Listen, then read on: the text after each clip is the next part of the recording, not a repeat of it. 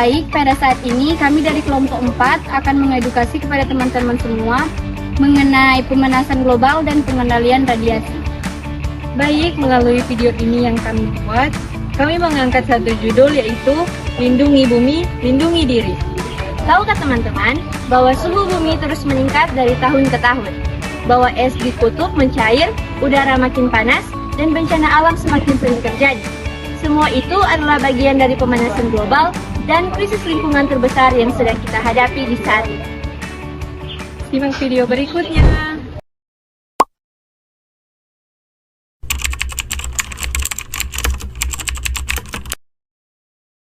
Ini kita masuk pada topik pembahasan yang pertama, yaitu kita harus terlebih dulu mengetahui apa itu pemanasan global. Nah, pemanasan global adalah kenaikan suhu rata-rata permukaan bumi yang terjadi akibat peningkatan konsentrasi gas rumah kaca di atmosfer. Gas-gas ini seperti karbon dioksida atau CO2, metana atau CH4, dan nitrogen oksida atau N2O yang dapat bekerja seperti selimut yang dapat menahan panas matahari agar tidak kembali keluar angkasa. Sumber utama dari gas rumah kaca ini adalah aktivitas manusia, seperti pembakaran bahan bakar fosil, penebangan hutan, dan limbah dan peternakan berlebihan. Jadi apa sih akibatnya?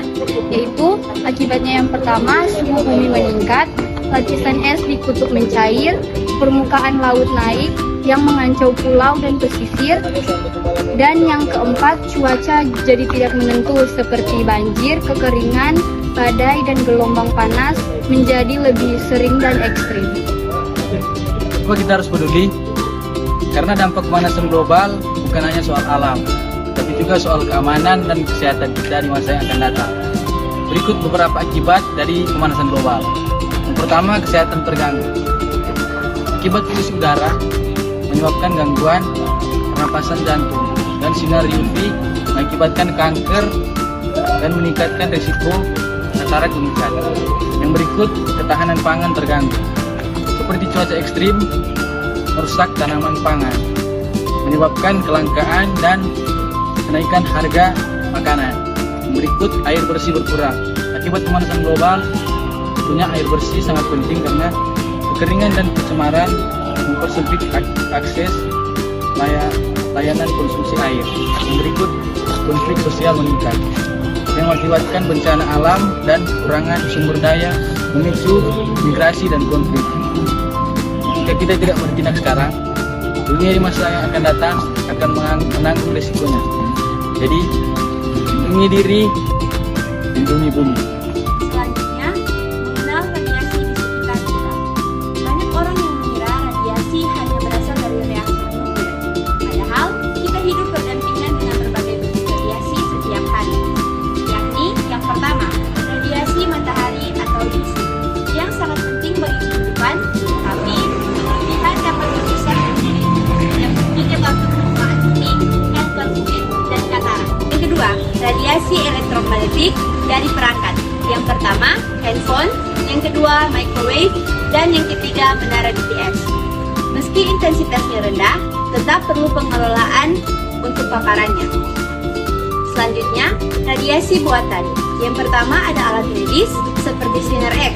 Itu bermanfaat tetapi harus digunakan dengan kontrol yang ketat. Dan yang terakhir, pemanasan global memperburuk dampak radiasi.